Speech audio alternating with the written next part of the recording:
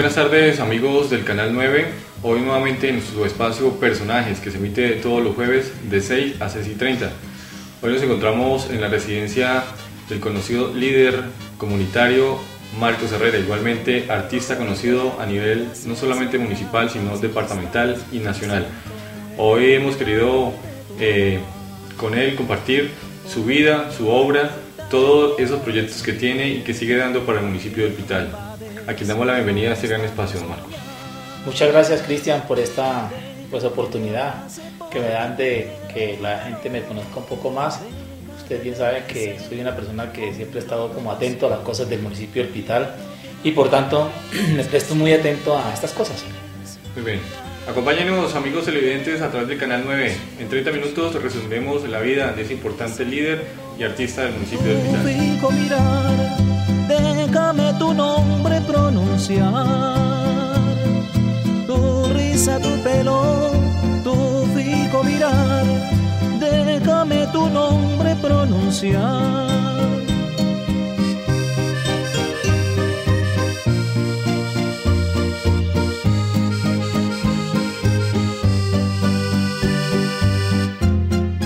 Muy bien, don Marcos, comencemos ilustrándole a la gente, a sus paisanos, precisamente su origen. ¿De dónde viene Marcos Herrera? Marcos Herrera es, digamos, yo sí nací aquí en el municipio del Pital.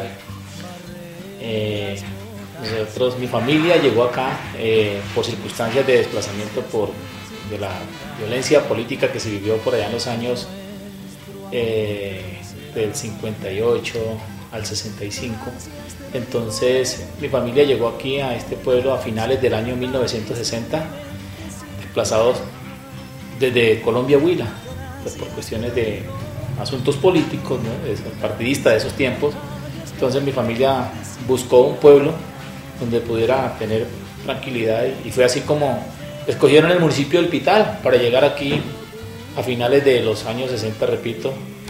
Y pues una confesión, mi mamá venía en embarazo y yo nací aquí en el año 61, entonces pues debo decir que de la familia Herrera soy el único que es nativo del Pital.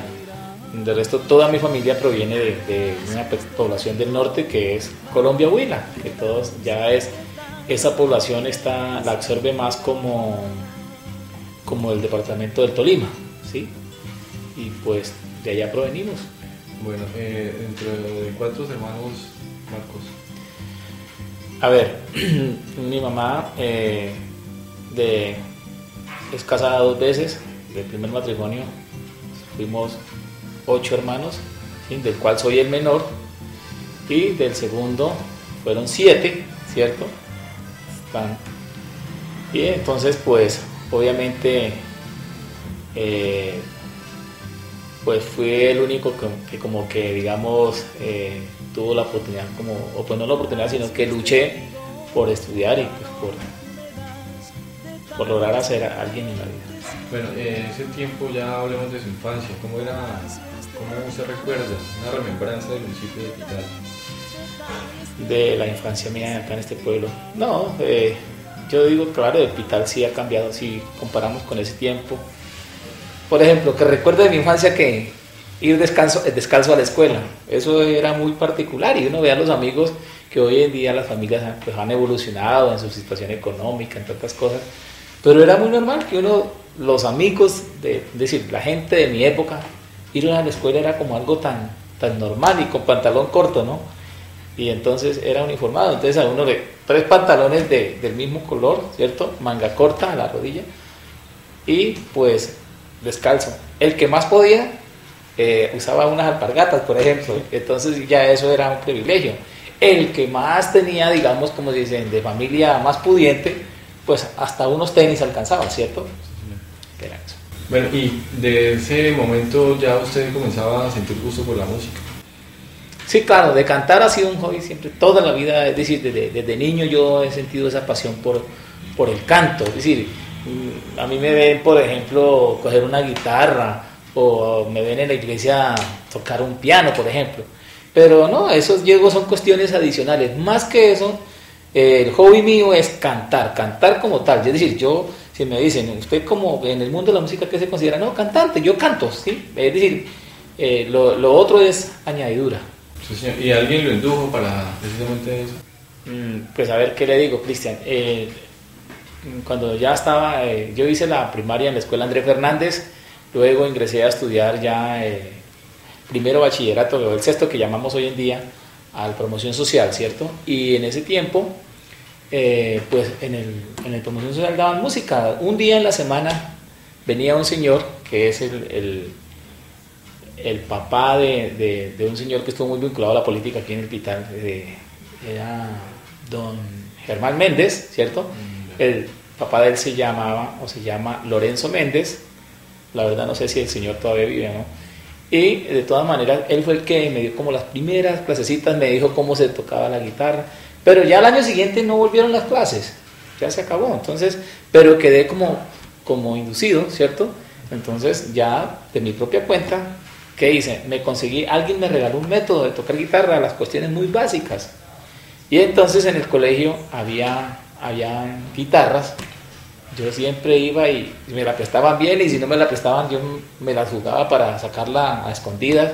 Y en ese tiempo yo recuerdo que el promoción social tenía una especie como de cafetal, una platanera, y por allá yo me escondía a internarme, a ensayar con la guitarra, y pues era todos los recreos. Es decir, para mí el recreo no era algo de jugar, de compartir con los amigos, no, yo era como digamos, muy concentrado en la cuestión de querer aprender a tocar la guitarra.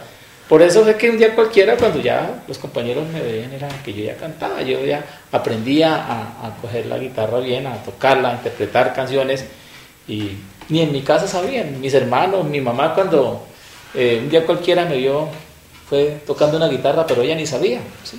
Pero sí hubo apoyo de parte de su familia para ello.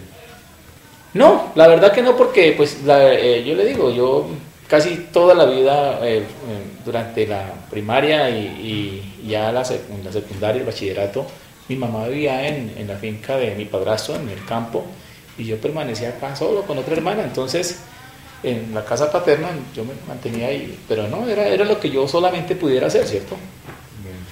¿Qué artista en ese momento le llamaba a usted la atención? No, en ese tiempo estaba el famoso Club del Clan, en ese tiempo yo recuerdo que sonaba mucho, por ejemplo, Rodolfo Alcardi, Leo Dan, bueno, tantos, Sandro, Nicola Divari. Entonces eran los artistas que sonaban, que digamos eran la famosa época de los años 60. Sí, señor. Bueno, ¿qué algunas obras musicales que siempre le haya llamado la atención?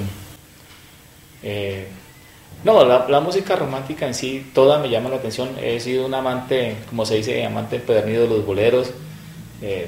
No sé si fue que la gente de ese tiempo nos indujeron mucho al romanticismo, pero la verdad admiro mucho los boleros, ¿no?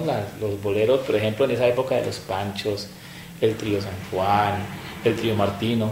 Entonces era música que a uno le llamaba mucho la atención, y pues dentro de eso entonces yo califico que esa era una de las cosas que hacía que uno se indujera por esa parte del romanticismo. Las baladas, por ejemplo, en ese tiempo eran muy sonadas las baladas que cantaba Rodolfo Alcardi, las de Leo Dan, las de Sandro, ¿cierto? Eran baladas muy sonadas, entonces era lo que la gente escuchaba, y pues como la gente lo escuchaba demasiado, entonces a uno se le pegaba como ese gusto. Además porque mi hermano mayor, él mantenía como al día en ese mundo de la música, entonces pues siempre lo que en la casa más se escucha, a uno se le pega. Sí, claro. La anécdota que usted recuerde acerca de ello en la juventud. No, pues es decir, eso es como pasa ahora, ¿cierto? Es decir, en ese tiempo estaba la rumba, que era, es decir, como lo más, decir ahora que uno llama a los muchachos que bailan una música loca, lo más chiflado en ese tiempo era, por decir algo, cuando empezaba a salir estaban empezando a arrancar el famoso merengue dominicano y la salsa, ¿cierto? Entonces eso era algo que era, lo bailaban eran solamente las personas que de pronto habían tenido la oportunidad de salir de acá, del pueblo, ¿cierto? Entonces pues uno recuerda que en ese tiempo, yo recuerdo, mi hermano mayor, él llamaba la atención por su forma de bailar, y entonces pues era algo que como que se admiraba. Algunos lo vean como un Coca-Cola, un chiflado, un arrebatado, pero otros lo vean como algo que llamaba la atención, que ya comenzaba a hacer algo diferente de lo que siempre se había escuchado. Pues porque de todas maneras la gente, ¿cierto? Y como esto ha sido tan, digamos, yo considero que el Hospital es 100%, digamos, de gente que vive en lo rural, ¿cierto? Conectada con el campo. Entonces, pues siempre ha sido como esa música campesina, ¿cierto? El chirringui-chingui que le decimos, ¿cierto? Le han dicho siempre. Entonces, pues esa era como diferenciarse de ese, digamos, de ese campo musical. ¿Qué culpa tengo de que yo te adore? De que mis ojos te hayan visto, María. De que por ti mi corazón siga latiendo.